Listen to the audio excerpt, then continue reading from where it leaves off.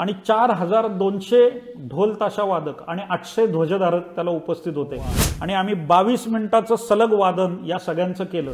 म्हणजे ढोल ताशा हा व्यायाम पण आहे, तो खेळ पण आहे, हे आम्हाला लक्षात घ्यायला पाहिजे। आणि म्हणून गिरीश बापटांची मध्यस्थी करून अनुराग ठाकूर केंद्रीय क्रीडा मंत्री असताना ढोल ताशाला खेळ म्हणून मान्यता मिळावी असे आम्ही त्यांना निवेदन दिलेले ढोल ताशा महासंघातर्फे।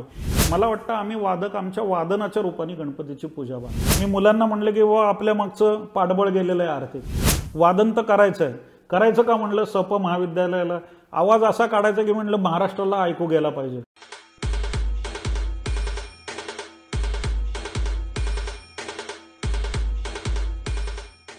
मंडळी नमस्कार। स्विफ्ट टॅक्स पिक्चर्स प्रस्तुत उत्सव आणि मी या पॉडकास्टच्या नव्या भागामध्ये मी अभिषेक विरकर तुमचं मनपूर्वक स्वागत करतो। मंडळी, आपल्यावर संस्कार घडतात ते आयुष्याच्या पहिल्या पायरीवरच, म्हणजेच लहानपण, आणि तिथेच आपला पाया भक्कम होतो आणि मग एक उत्तम व्यक्तिमत्वाची इमारत मजबूतपणे उभी राहते। एक लक्ष ठेवून आपण पुढे जातो, एक कला जोपासतो आणि ती कला जोपासलेली कला जर वाढवायची असेल आणि निरंतरपणे पुढे जायचं असेल तर मंडळी आपल्याला निष्ठा आणि परिश्रम अत्यंत गरजेचे असतात। एक असाच दृढनिश्चयी मुलगा ज्याने लहान वयात संगीत ऐकलं आणि त्या संगीताची धून त्याच्या मनाच्या कोपऱ्यात घर करून गेली आणि या वयाच्या अवघ्या 10व्या वर्षी त्याच्या मनातल्या संगीतानं बाहेर डोकावलं आणि मग त्याने छातीशी कवटाळलं एक वाद्य, एक पारंपरिक वाद्य, आणि मग वादनाला सुरुवात झाली। ते वाद्य होतं ताशा।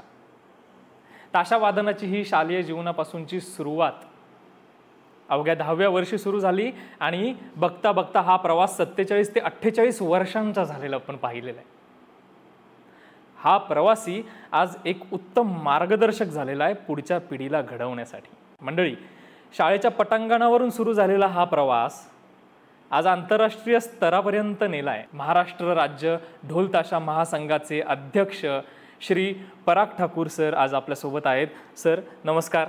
सर स्वागत आहे तुमचं उत्सव आणि मीच्या या नव्या भागात।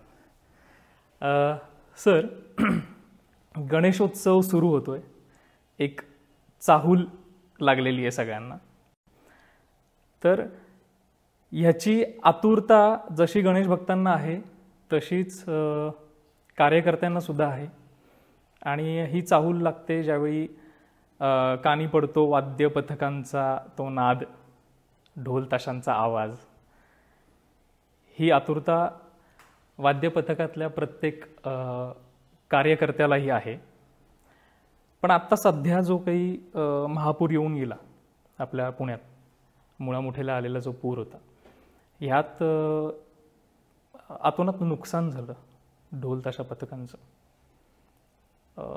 त्याबद्दल तुम्ही वादकांना काय सल्ला द्याल? कारण कुठेतरी खचले असतील, त्यांचं मनोधैर्य खचलं असेल, तर ते पुन्हा जोमाने त्यांनी उभं राहावं आणि पुन्हा एकदा आपल्या बाप्पाचा उत्सव जोमानं साजरा करावा आणि गणेश भक्तांनाही मंत्रमुग्ध करावं।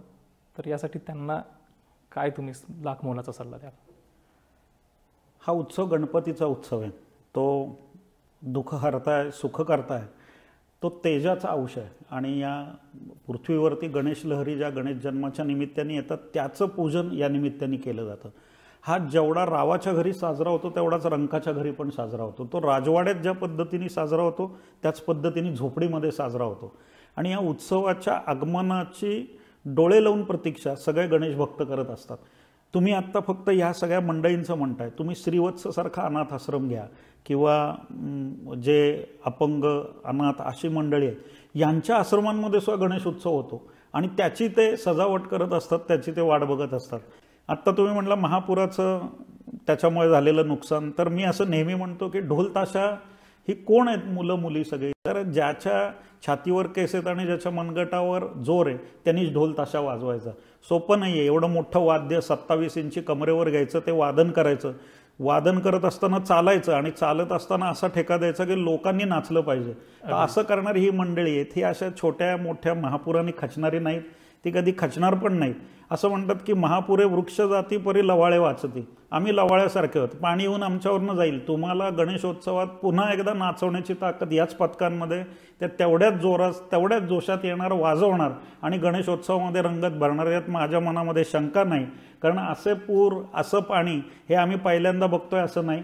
त्यामुळे ढोल ताशाच्या लोकांना रोखणं अवघड आहे. ही एक नशा आहे आणि ही नशा काही न घेता वाजवायची आहे.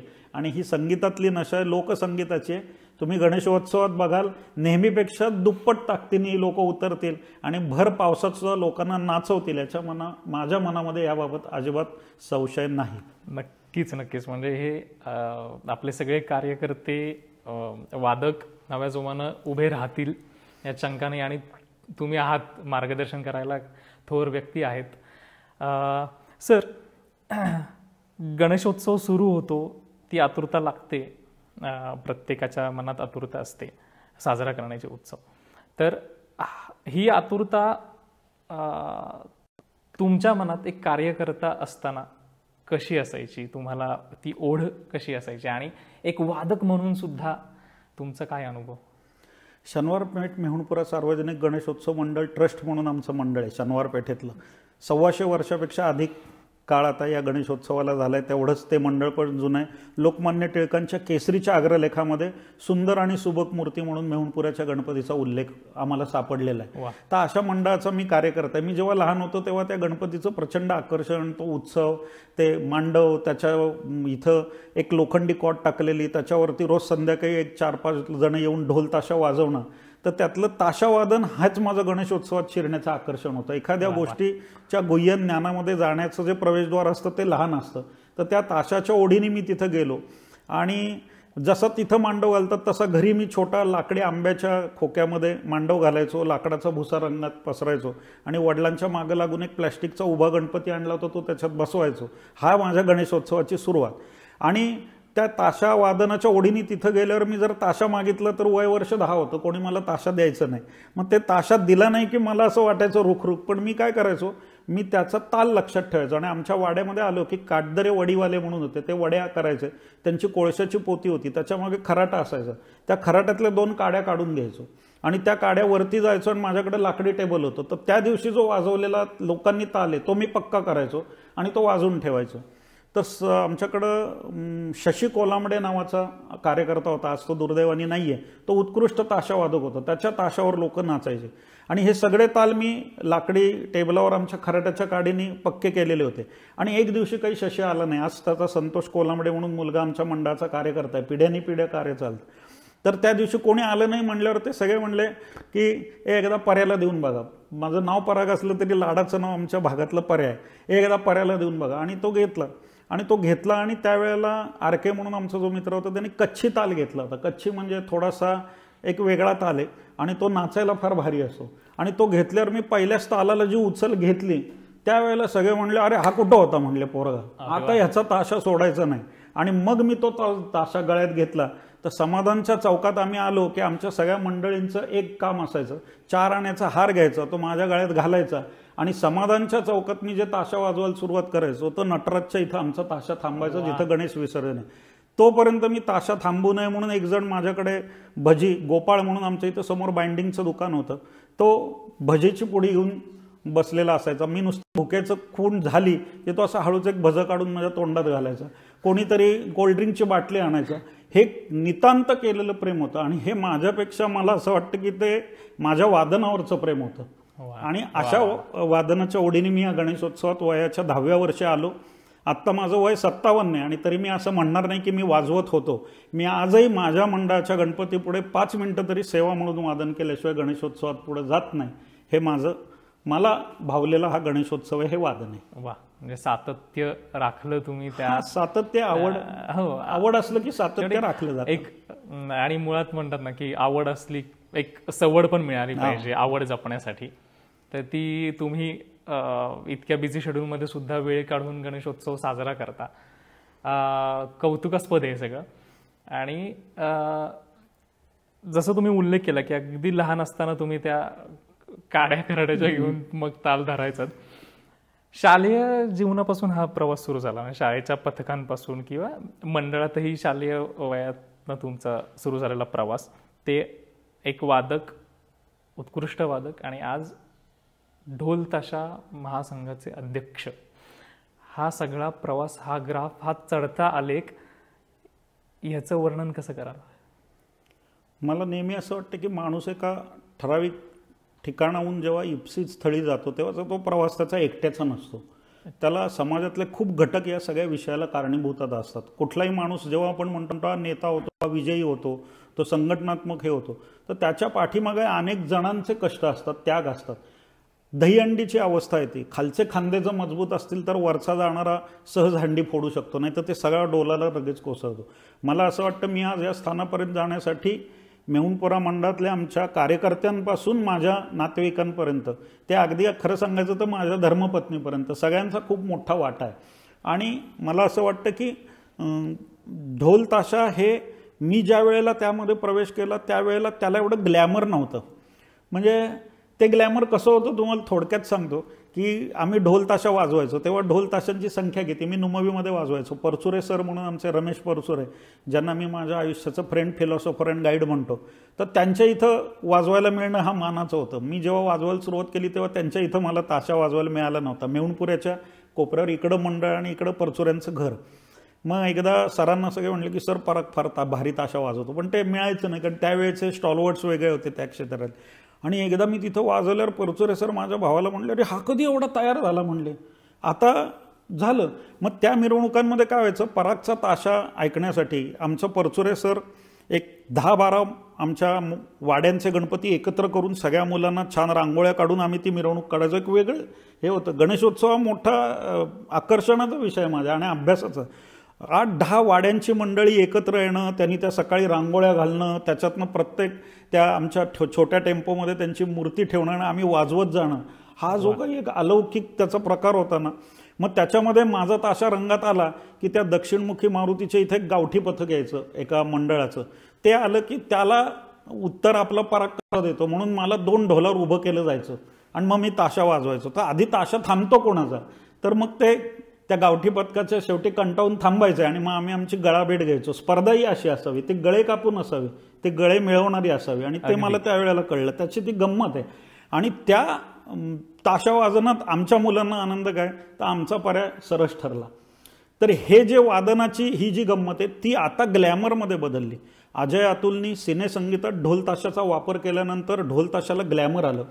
जी शालेय पथकं होती सुरुवातीची फक्त, ज्याची सुरुवात ज्ञानप्रबोधिनीपासून झाली. मी थोडं इतिहासात जातो, कदाचित तुम्हाला तो म्हणजे मला ऐकवलं पाहिजे कारण तो सगळ्यांपर्यंत गेला पाहिजे. आवडेल खरं तर ऐकायला हा विषय. गणेशोत्सवामध्ये ज्या वेळेला रोंबा सोंबा डिस्को असे सगळे विषय आले तर ह्या विषयाला काहीतरी एक उपाय केला पाहिजे आणि चांगल्या लोकांनी हा गणेशोत्सव साजरा केला पाहिजे. हे ज्ञानप्रबोधिनीचे संस्थापक आप्पासाहेब पेंडसे त्यांच्या मनामध्ये आलं.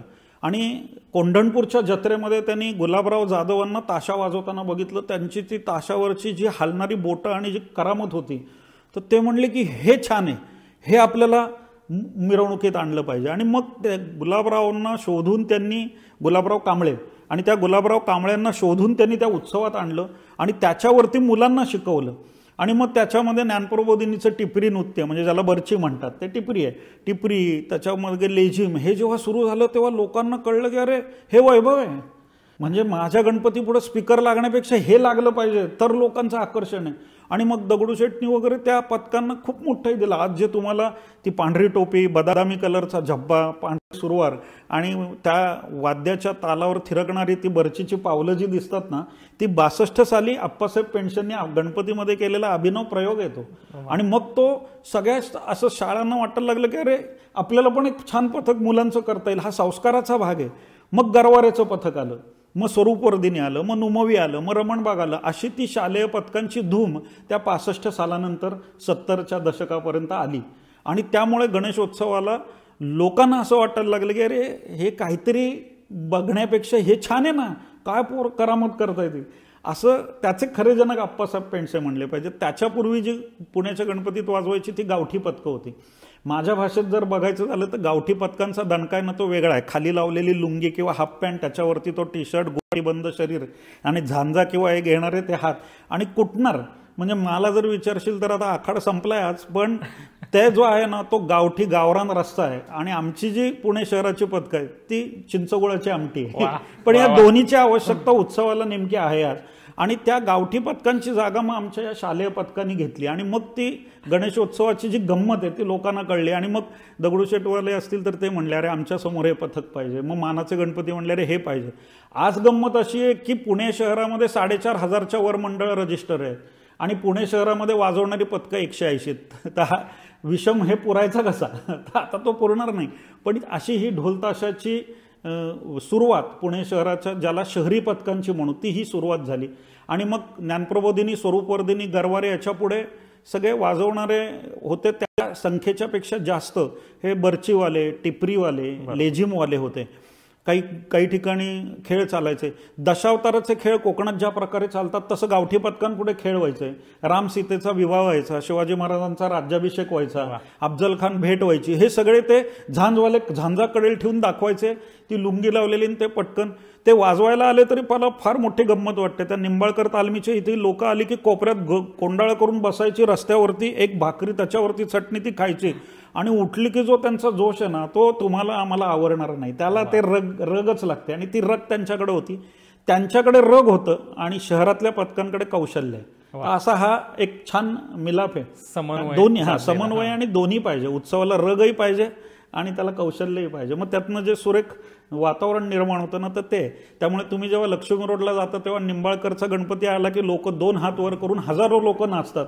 आणि तेच पथकाच्या इथं आलात की सिटी पोस्ट चौकाला कॅमेरे वरती होतात आणि कॅमेऱ्यांचा लखलखाट होतो. हा त्या दोन्हीमधला फरक आहे. पण दोन्हीचाही उत्सव समृद्ध करण्यामध्ये सारखा वाटा आहे. पण ज्या वेळेला आपली पथकं नव्हती त्यावेळेला हा उत्सव सांभाळला तो त्या गावठी पथकांनी, गावरान पथकांनी, किरकटवाडी, मुळशी, पौड, पुण्याच्या आजूबाजूचा ग्रामीण एरिया होता आणि त्यांचे उद्देश फार वेगळे होते. आज आपल्या शहरी पथकातली लोक आहेत ना ती वादनाच्या आवडीने त्याच्यामध्ये आली आणि त्याच्यामध्ये लेझिम झांजा बाजूला पडल्या ना आता सगळ्यांना ढोल ताशाच वाजवा असा वाटतो. मग आता गळ्यात रुद्राक्षाची माळ, कानात बिगबाळी आली, शिवाजी महाराजांचं पदक आलं, पांढरा ड्रेस आला, वरती जॅकेट आलं, त्याला ग्लॅमर आलं. हे अजय अतुलच्या संगीतानंतर घडलेला प्रवास आहे. गावठी लोकांचं कसं होतं, संध्याकाळी जेव्हा शेतकरी कामातून यायचं घरी दमून तेव्हा भाकर खाल्ली की जे वयस्कर लोक आहेत ते मारुतीच्या किंवा भैरोबाच्या देवळात कीर्तनाला जायचे.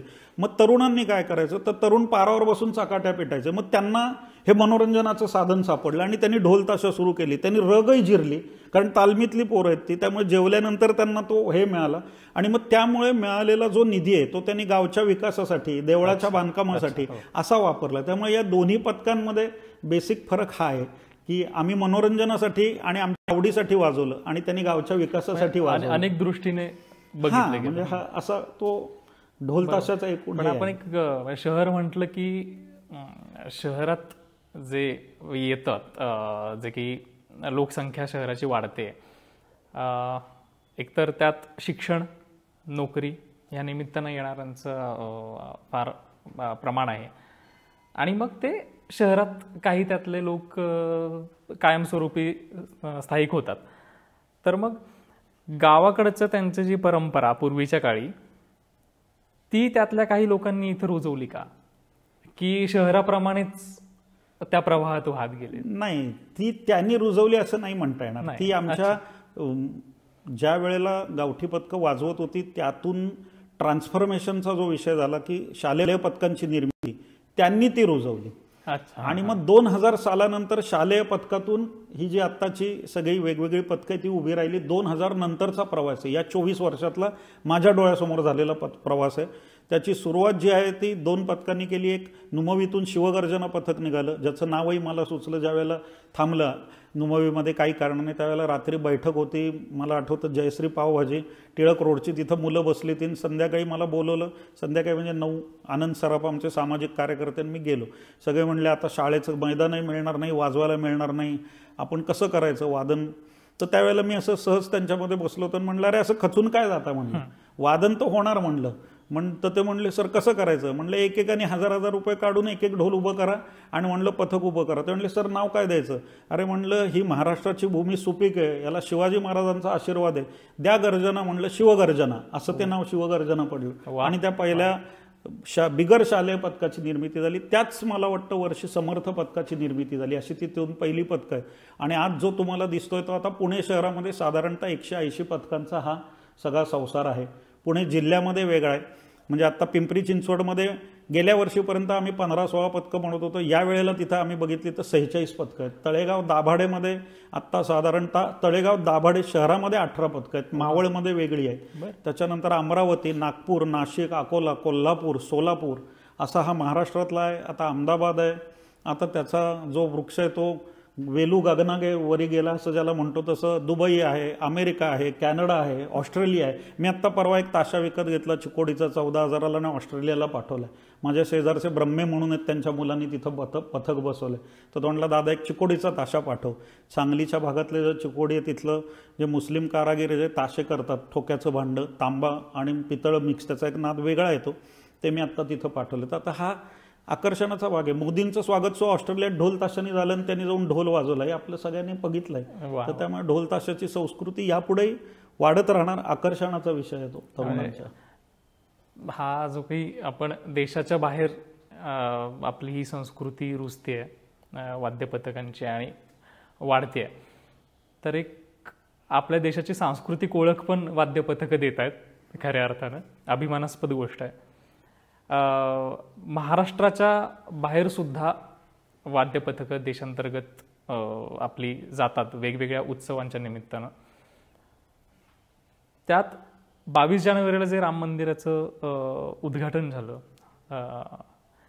तिथे आपल्यातल्या एका वाद्यपथकाला वादनाची संधी मिळाली होती.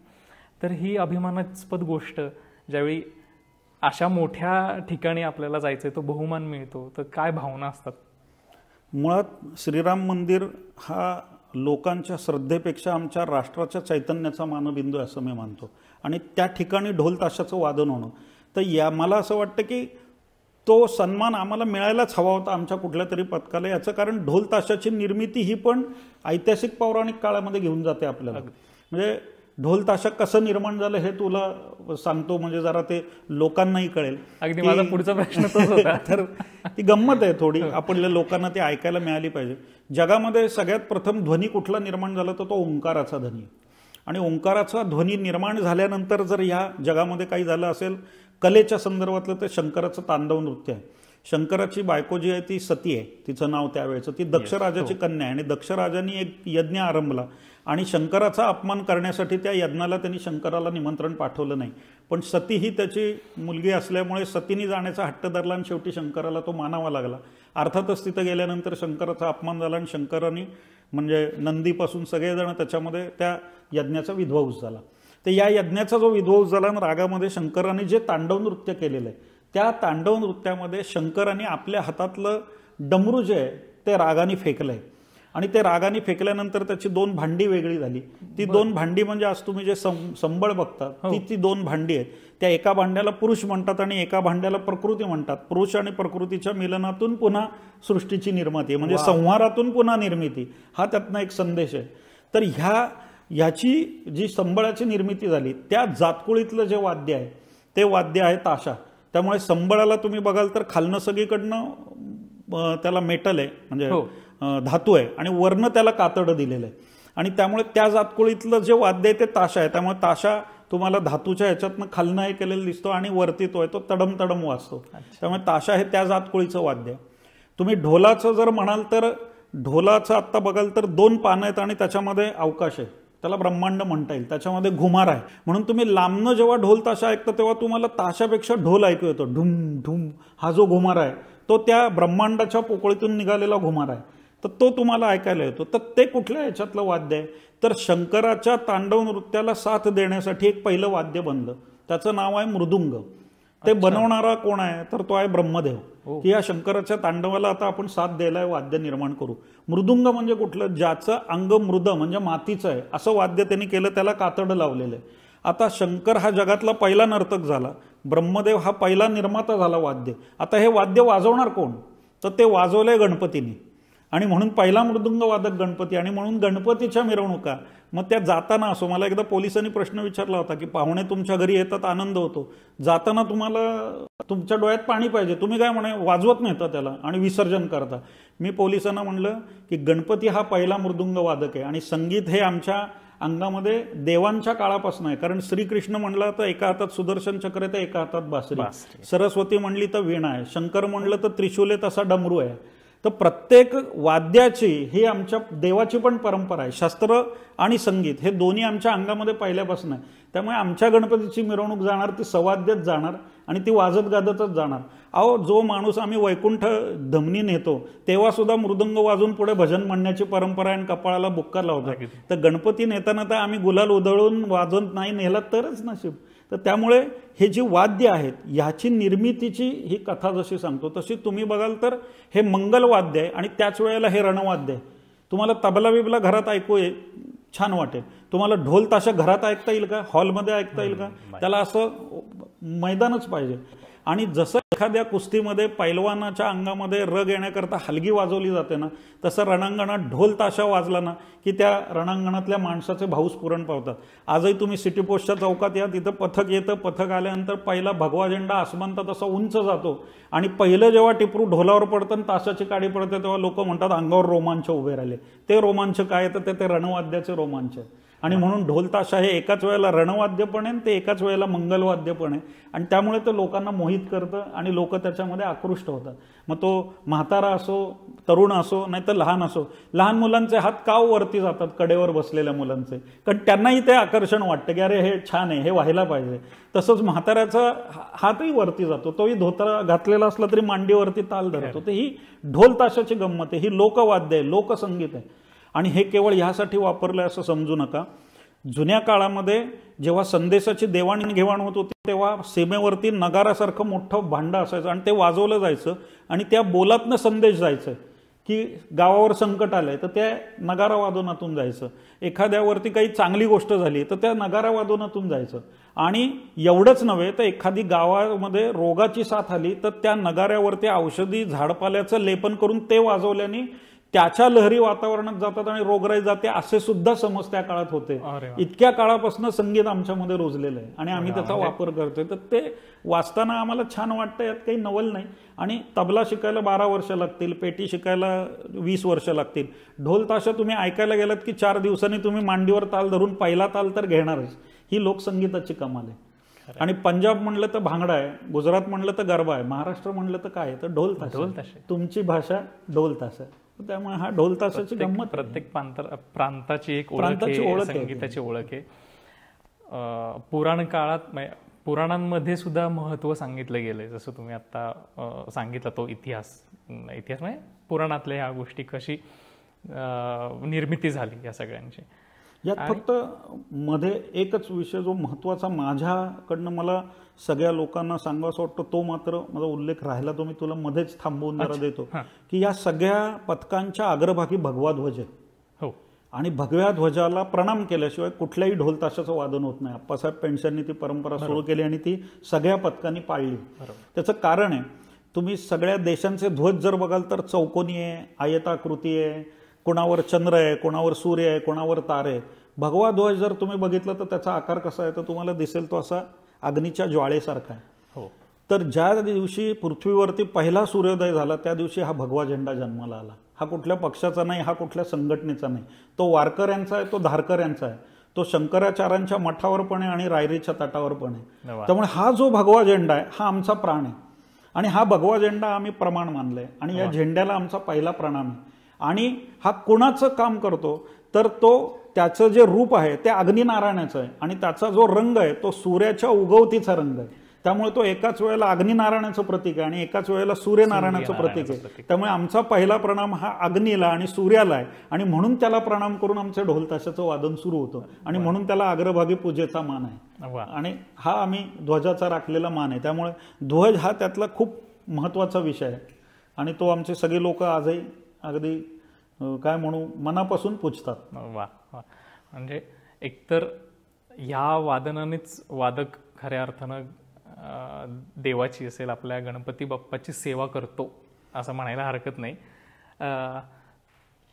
तुम्ही तुमच्या वाद्यासहित गणपती बाप्पाची जी सेवा करता तुमच्या सुरेल वादनातनं, तर एक वादक म्हणून गणेशोत्सवातला पहिला अनुभव ज्याने भान हरपलं आणि तो आजतागायत टिकून आहे, तर त्याचं वर्णन.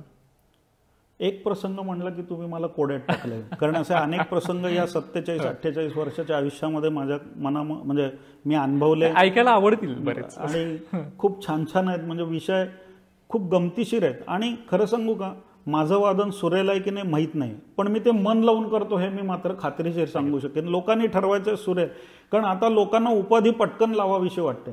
ताशा सम्राट, अमुक सम्राट, तमुक सम्राट.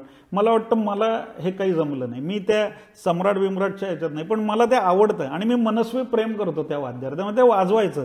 आणि जेव्हा माणूस एखाद्या गोष्टीवर प्रेम करतो ना, तेव्हा त्यातून वाईट बोल निघणार नाहीत याची मला खात्री आहे. तर त्यामुळे मी त्या ढोल ताशावर जे प्रेम केलं, मी तुम्हाला सांगितलं की वादन आजकाल लोक सांगतात की मी 6 तास मिरवणूक केली, 7 तास केली. मी फक्त तुम्हाला एक छोटं सांगतो, यातला माझा जो उल्लेख असेल तो व्याकरणापुरता मी धरा, याच्यामध्ये मी पण अजिबात नाही. कारण मी परत सांगतो की मी एकटा घडलेलं नाही, माझे अनेक घटक मला घडवायला घडले. त्यामुळे त्यातला मी पण जो आहे तो व्याकरणापुरता सोडून द्या. पूर्वी जेव्हा परचुरे सर, मी तुम्हाला मगाशी उल्लेख केला, त्या मिरवणुका वाड्यांच्या निघायच्या, त्या सकाळी 8 वाजता निघायच्या. सकाळी 6 पर्यंत आमच्या रांगोळीचं हे व्हायचं. 8ला मी एकदम छान त्यावेळेला वादनाला तयार व्हायचो. आर्थिक स्थिती ही 47 वर्षापूर्वीची आमची काय असेल तुला सांगतो. माझ्या मोठ्या भावाची जी हाफ पॅन्ट असेल चांगली त्यातल्या त्यात, ती मी गादीखाली ठेवून इस्त्री केलेली असायचो, ती घालायचो. ती घसरायची, ती घसरण्यासाठी त्याच्यावरती करगोटा बांधलेला असायचा आणि मग वरनं ताशा आम्ही घेऊन तो कमरेला बांधायचो, त्यामुळे ती खाली यायची नाही. पण ही आमची मिरवणुकीची पहिली सुरुवात व्हायची. आणि हे जे ताशावादन आहे ते दुपारी साधारण 1-1:30 पर्यंत चालायचं आणि ओंकारेश्वरावरती आमच्या वाड्याचे गणपती विसर्जन व्हायचे. आम्ही आलो की घरचा गणपती विसर्जन व्हायचा, तोपर्यंत मेहुणपुऱ्याच्या मंडळाची लोक आमची थांबलेली असायची. मेहुणपुऱ्याची मंडळी मला समाधानच्या चौकात घेऊन जायची, माझ्या गळ्यामध्ये हार घालायची आणि आमचं वादन सुरू व्हायचं. आणि ती मिरवणूक साधारण रात्री 9:30-10ला संपायची. तिथून मी नटराज टॉकीजच्या इथं ताशा उलटा करायचो आणि विश्रामबाग वाड्यावर यायचो. बाबासाहेब थांबलेले असायचं पुरंदरे. स्वर्गीय श्रीमंत शिवशाहीर बाबासाहेब पुरंदरे यांचा माझ्या आयुष्यावर विलक्षण प्रभाव आहे आणि मला त्यांचा खूप सहवास मिळाला. तर त्यावेळेला मंडईच्या रथाचं सारथ्य बाबासाहेब पुरंदरे करायचं आणि ते म्हणायचे पराग आपल्याला वाजवायला जायचं. आम्ही काही मानधन न घेता वाजवायला जायचो. मी बाबासाहेब म्हणायचो हे का, ते म्हणजे हे सन्मानाचं वादन आहे पराग आणि हे झालं पाहिजे. आणि त्यावेळेला 3 ढोल आणि 2 ताशे, मी सगळ्यांची नावं सांगू शकतो. ताशाला पराग ठाकूर आणि मनोज कर्वे, ढोलाला गिरीश सरदेशपांडे, सुनील वाघ आणि आणखीन मंदार परळीकर आणि ध्वजाला राजू टिपरे. अगदीच मर्यादित 2 ताशे, 3 ढोल, 1 ध्वज. आणि फक्त बाळासाहेबांच्या इथं गेल्यावर आम्ही ते सगळे शाही अंगरखे घालायचो, पगड्या घालायचो आणि त्याच्यावर आमचं वादन सुरू व्हायचं. आणि सिटी पोस्टच्या चौकात तो मंडईचा गणपती आला की मंडईची लोक अशी ती उभी राहायची. आमच्या भाषेमध्ये म्हणजे मंडईचा असा पर्रा आमच्याकडेला असायचा. आणि मग ते जे काही वादन आमचं सुरू व्हायचं ते पोलिसांना सुद्धा आत येऊन द्यायचं नाही. काय असेल ते आम्हाला सांगायचं, आम्ही ते पुढे नेणार त्यांना. तुमचं वादन थांबलं नाही पाहिजे. आणि बाबासाहेब अभिमानाने त्या रथावरनं आमच्याकडे बघत असायचे. म्हणजे असं म्हण ना तू की त्या एका नजरेसाठी आम्ही वेडे असायचो की त्या माणसाच्या डोळ्यातलं समाधान शब्दापेक्षा जास्त बोलतं. आणि आम्हाला ते दिसायचं की बाबासाहेब आमच्याकडे बघतायत आणि आमचं वादन भरात आहे. आणि ते वादन आमचं दुसऱ्या दिवशी सकाळी 8 वाजता विजय टॉकीजच्या संपायचं. म्हणजे माझ्या आदल्या दिवशी वादनाचा जो सकाळी 8 वाजताचा प्रवास आहे तो दुसऱ्या दिवशी 8 वाजता थांबायचा. आणि मग मी दमून भागून जेव्हा घरी यायचो तेव्हा ताशा वाजून ही बोटं सुजलेली असायची, थोडं त्यातनं पाणी यायचं, त्याला चिकटपट्ट्या लावलेल्या असायच्या. आणि मग घरी आलं की आई आमचं स्वागत करायची. गुलालांनी माखलेलो असायचो तर ताशा कडेला उलटा टाकून ठेवायचा. लोकांनी मला प्रेमाने तोंडात दिलेले जे पैसे असतील ते मी असे काढायचो खिशातनं आणि देवापुढे ठेवायचो आणि नमस्कार करून आईला म्हणायचो आता मी झोपतो. तुम्हाला एक उदाहरण सांगतो. आमचा एक महाराष्ट्राची लोकधारा म्हणून प्रयोग होता आणि त्याच्यामध्ये आम्ही मध्ये लेझिम बसवलेलं होतं, त्यात मी वादन करायचो. कल्याणला दुर्गाडी म्हणून जो किल्ला आहे तिथं आम्ही तो प्रयोग करायचो 5-6 वर्ष. आमदार साबीर शेख होते, तेव्हा कामगार मंत्री होते युतीच्या काळामध्ये, ते आम्हाला बोलवायचे. तर आम्ही गेलो की पराग आलाय का एवढं फक्त विचारलं की तिथली लोक 100-100च्या नोटा खाली जाऊन 5-5 आणि 10-10च्या नोटामध्ये सुट्ट्या करून आणायचे. आणि आमचं ढोल ताशा वादन सुरू झालं की ती लोक फक्त माझ्या तोंडामध्ये नोटा देत राहायचे आणि दुसरा जो माणूस आहे तो आमचा नोटा काढून दिमडीमध्ये गोळ्या करायचा. तर शेवटी खाली बसलेले साबीर शेख ओरडायचे, अरे त्या परागचा चेहरा तरी दिसू दे, आम्हाला बाजूला हवा. तरी ही वादनाची गंमत आहे. त्या कल्याणचा जाधव म्हणून जो माझा मित्र आहे, तो आजही मी जेव्हा मेहुणपुऱ्यामध्ये वादन करतो तेव्हा तो विजय टॉकीजच्या चौकात मला भेटायला येतो आणि त्याच्या एका हातामध्ये पाण्याचा पेला आणि एका हातामध्ये चहाचा कप असतो. तो म्हणतो, तू थांबू नको, मी पाचतो तुला. हे वाद्यावरती लोकांनी केलेलं प्रेम. परागचा ताशा ऐकायला कल्याणहून माणूस येतो, ही गंमत आहे ना. तर ते परागपेक्षा त्या वादनावर केलेलं प्रेम आहे. तुम्ही उल्लेख केला की कित्येक तास ते वादन सुरूच राहायचं कंटिन्यू आणि न थकता एक भान हरपून तुम्ही वादन करायचं.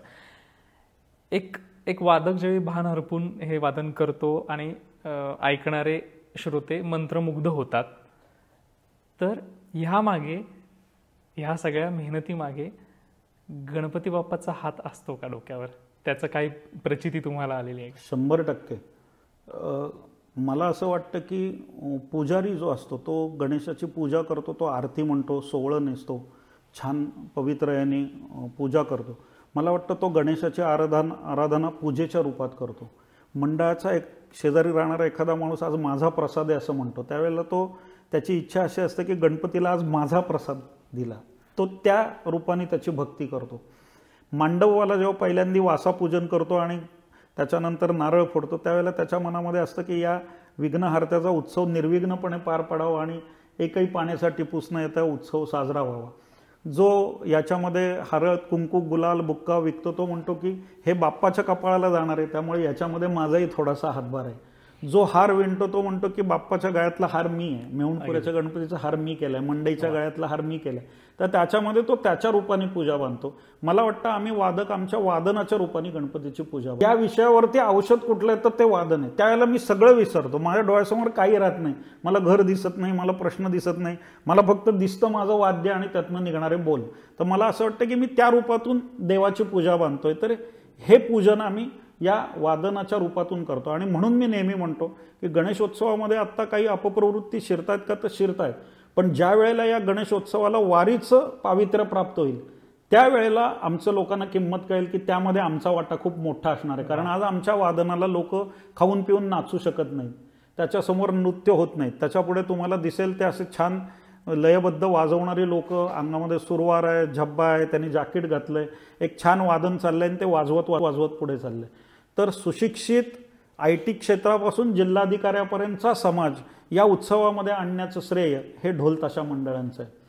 पण आज मिरवणुका हाच फक्त प्रामुख्याने भाग झाल्यामुळे गणेशोत्सवाचा अर्थ थोडासा हरवतोय. त्याच्यावर पण आपल्याला नक्की लक्ष द्यायला लागेल. हा कुठल्या एका समाजाचा, एका जातीचा नाही, 18 पगड जातीच्या लोकांना एकत्र येऊन स्वराज्य संकल्पनेसाठी लोकमान्य टिळकांनी हा उत्सव सुरू केला.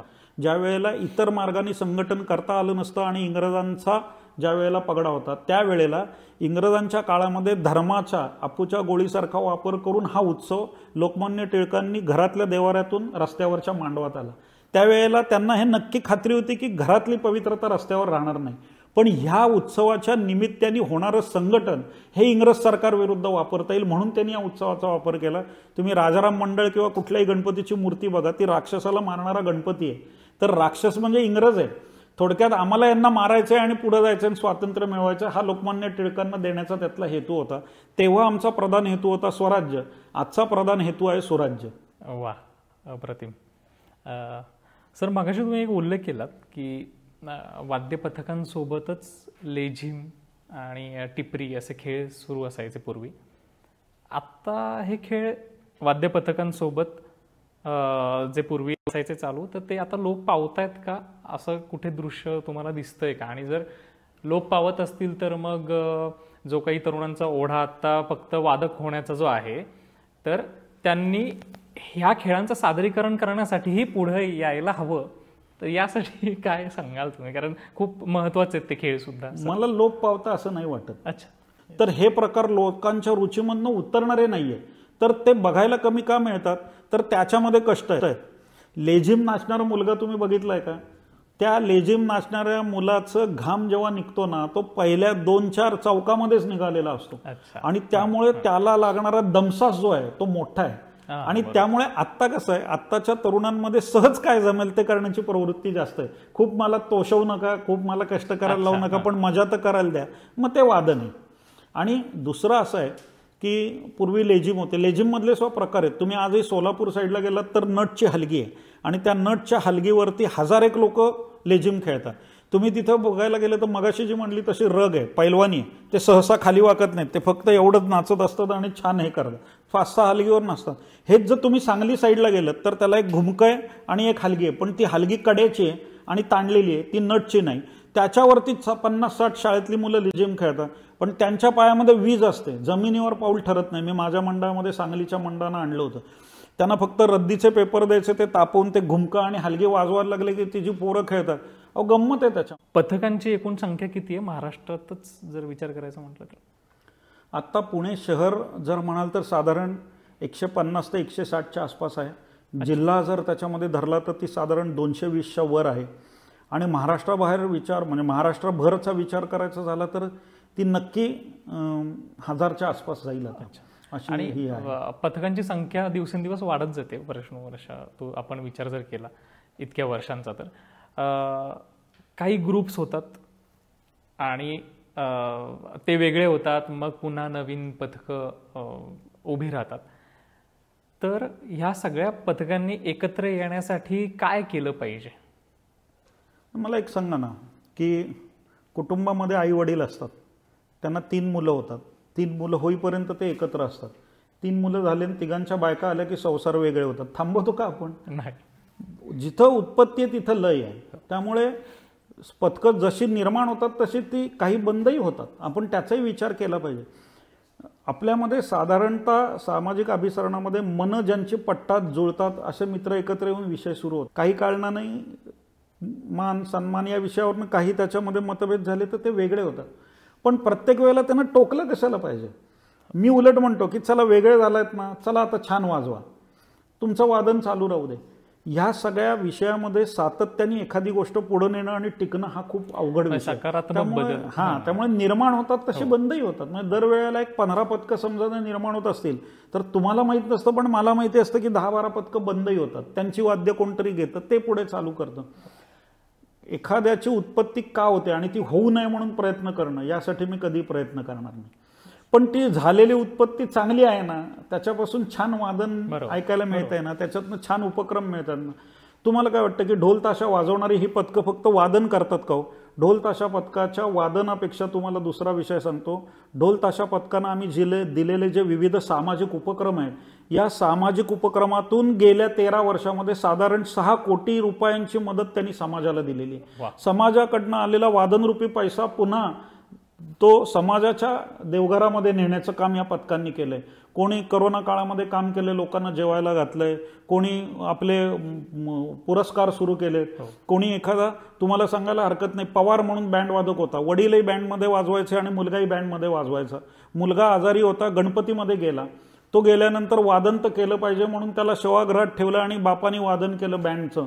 आणि लोकांना शेवटच्या दिवशी बँड वादन ऐकायला मिळालं पाहिजे म्हणून तो जाऊन वादन करून आला आणि ते पैसे घेऊन आला आणि दुसऱ्या दिवशी त्यांनी आपल्या मुलाचं दहन केलं. हे जेव्हा ढोल ताशा पथकांना कळलं तेव्हा त्या माणसाचं पत्र्याचं घर उभं करून दिलं आमच्या लोकांनी, विजेचा मीटर त्याला घेऊन दिला आणि त्याच्या घराच्या बाहेर एक दुकान सुरू करून दिलं.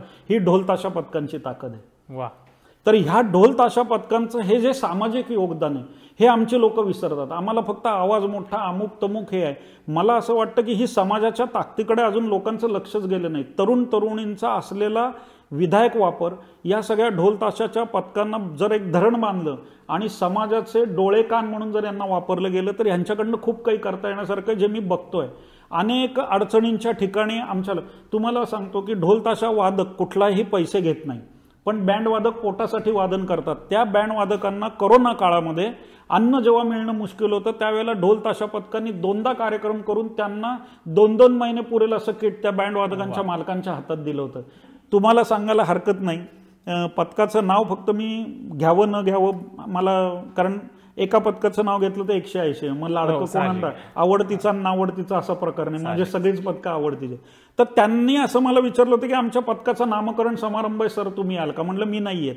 ते म्हणले काय? म्हणलं नेहमीच्या लोकांसारखं कसला पथकाचा नामसमारंभ करता. म्हटलं तुम्हाला माहिती आहे श्रीवत्स अनाथ आश्रमामध्ये मुलांनाच नावं नाही आहेत, त्यांना त्यांचे आईबाप माहिती नाही.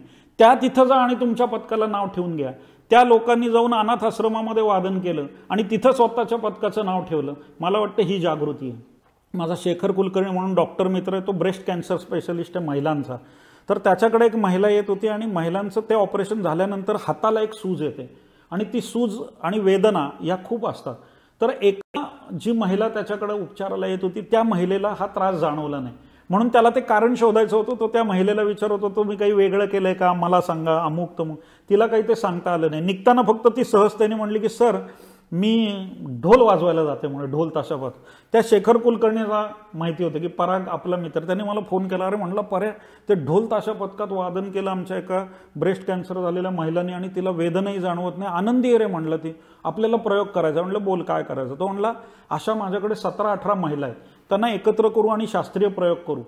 आमचा विद्यापीठातला हनुमान सेवक संघ म्हणून आहे, आमचा ओंकार कळडोणकर म्हणून कार्यकर्ता आहे, त्याला मी जबाबदारी दिली की या महिलांना तुम्ही ढोल शिकवायचं. त्या महिला ढोल वाजवायला यायच्या तेव्हा त्यांचे मेडिकल चेकिंग केलं जायचं आणि मेडिकल चेकिंग केल्यानंतर मेजरमेंट्स घ्यायची दंडाची आणि त्या वादन करायच्या. काही जण कमरेला बांधून वाजवायच्या, काही जणांना पुढे खुर्ची दिली होती त्यावर ढोल वाजवायचा. त्याच्यावर शास्त्रीय परिमाण असं निघालं की शेखर म्हणला पराग हा व्यायाम आहे आणि यांच्या वेदनाही कमी झाल्या आणि यांचा दंडाची सूज कमी झाली. म्हणजे ढोल ताशा हा व्यायाम पण आहे, तो खेळ पण आहे, हे आम्हाला लक्षात घ्यायला पाहिजे. आणि म्हणून गिरीश बापटांची मध्यस्थी करून अनुराग ठाकूर केंद्रीय क्रीडा मंत्री असताना ढोल ताशाला खेळ म्हणून मान्यता मिळावी असे आम्ही त्यांना निवेदन दिलेले ढोल ताशा महासंघातर्फे.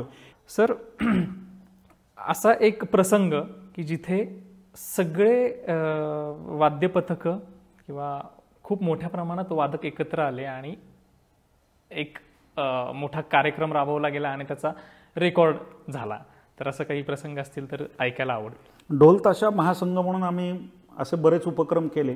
त्यातला एक जो होता तो विवेकानंद सार्धशती समारोह, म्हणजे 150 वर्ष विवेकानंदांच्या याचा. तर त्या सार्धशतीला 2012 साली तुम्हाला सांगायला हरकत नाही की विवेकानंद हे उत्कृष्ट मृदुंग वाजवायचे, ढोलकी वाजवायचे. म्हणजे रामकृष्णांच्या मठामध्ये जेव्हा ते भजन म्हणायला जायचे तसंच ते संगीताला साथ करू शकायचे. म्हणजे मी तुम्हाला एक उदाहरण सांगू शकेन, परवा शंकर अभ्यंकरांनी ते सांगितलंय.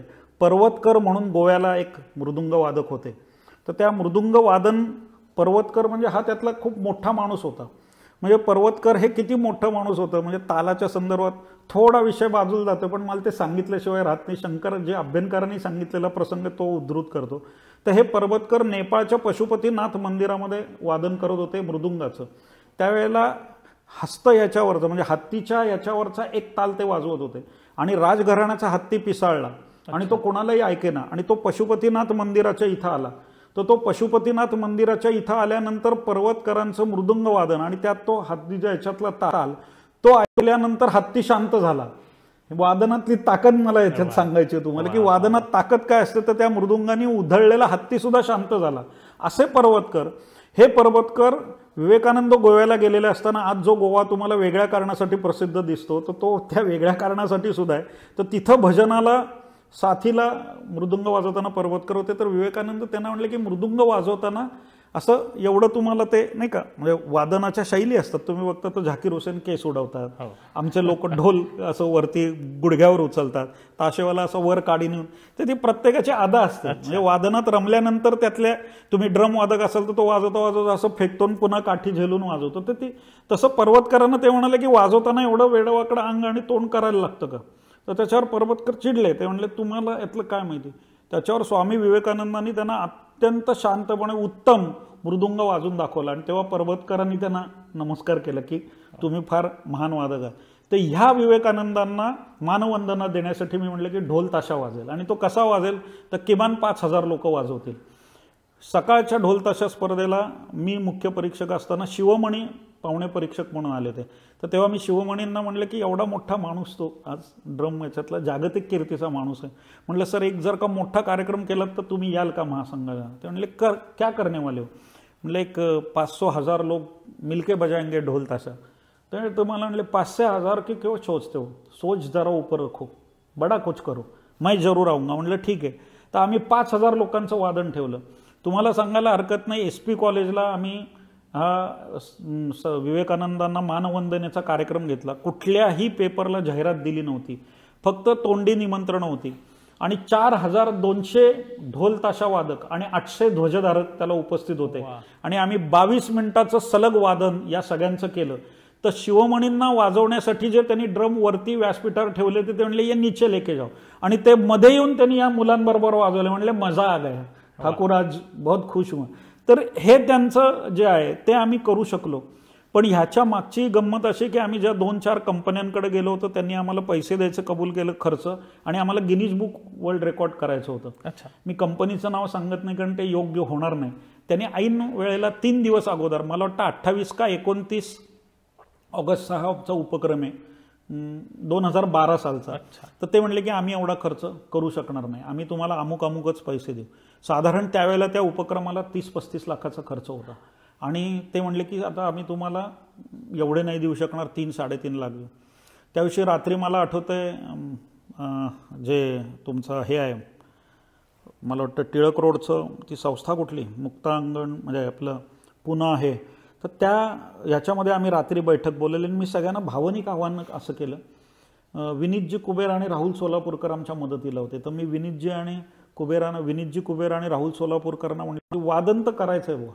आता म्हणलं ते म्हणले पराग काय करायला लागेल. म्हणलं तुम्ही दोघं थोडं ह्याचं बघाल का आर्थिक. म्हणलं मी मुलांना उभं करतो. ते म्हणले पराग ते तू बघ, बाकी इकडची चिंता करू नको. मला त्या दोघांचं कौतुक वाटतं, मी आजही त्यांच्याप्रती कृतज्ञता व्यक्त करतो. मी मुलांना म्हणलं की व आपल्या मागचं पाठबळ गेलेलं आहे आर्थिक, वादन तर करायचं आहे. करायचं का म्हणलं, सप महाविद्यालयाला आवाज असा काढायचा की म्हणलं महाराष्ट्राला ऐकू गेला पाहिजे. तर म्हणलं करायचं तर आहे आणि आर्थिक नाही. म्हणलं डबा घेऊन येऊन वाजवायला लागेल, स्वतःचा डबा घ्यायचा, तिथं यायचा, खायचा आणि वाजवायचा, कार्यक्रम करायचा का. सगळे म्हणले पराग दादा करायचा. आणि 28 तारखेला त्या माणसाने आमच्या पाठीमागची ताकद त्या कंपनीने काढून घेतली. दुसऱ्या दिवशी राहुल सोलापूरकरांचा निरोप आला की त्यांनी असं म्हणलं की 3 लाखाच्या ऐवजी 5 लाख देतो. म्हणलं नको, त्यांना सांगा आता आपल्याला पैशाची जरूर नाही, तुम्ही दोघं बाकी बघताय ना, मी मैदानावरचं बघतोय. त्यांचा तिसऱ्या दिवशी म्हणजे 1 दिवस कार्यक्रम राहिलेला असतात निरोपाला, आता आम्ही 7 लाख देतो, तर आमचं जरा आर्थिक साह्य करा.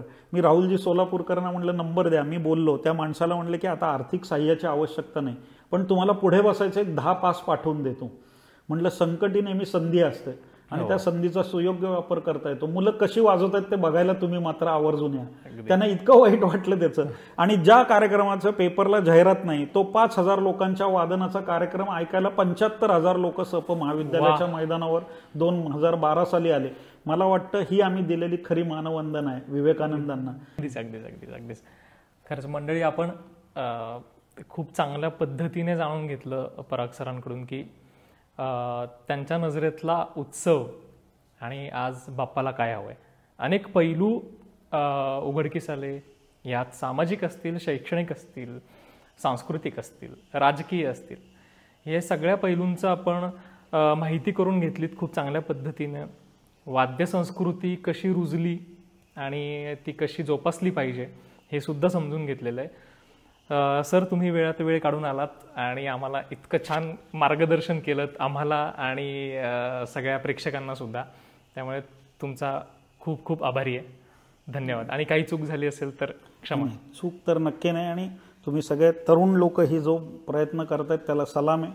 आणि मला असं वाटतं की दरवेळेला कान पकडण्यापेक्षा पाठीवर थाप टाकणं आवश्यक आहे. हा तुमच्या उद्दिष्टामुळे खरा गणेशोत्सव समाजापर्यंत पोहोचवायचा तुम्ही जो प्रयत्न करतायत त्याला माझ्या शुभेच्छा. आणि शेवटी वंदन त्या गजाननाला, त्या गणरायाला की त्यांनी आपल्या सगळ्यांना चांगली बुद्धी द्यावी आणि उत्तम रीतीने आयुर आरोग्यानिशी, शांती समाधानानिशी हा उत्सव करण्याची ताकद आपल्या सगळ्यांना द्यावी. धन्यवाद. अगदी धन्यवाद.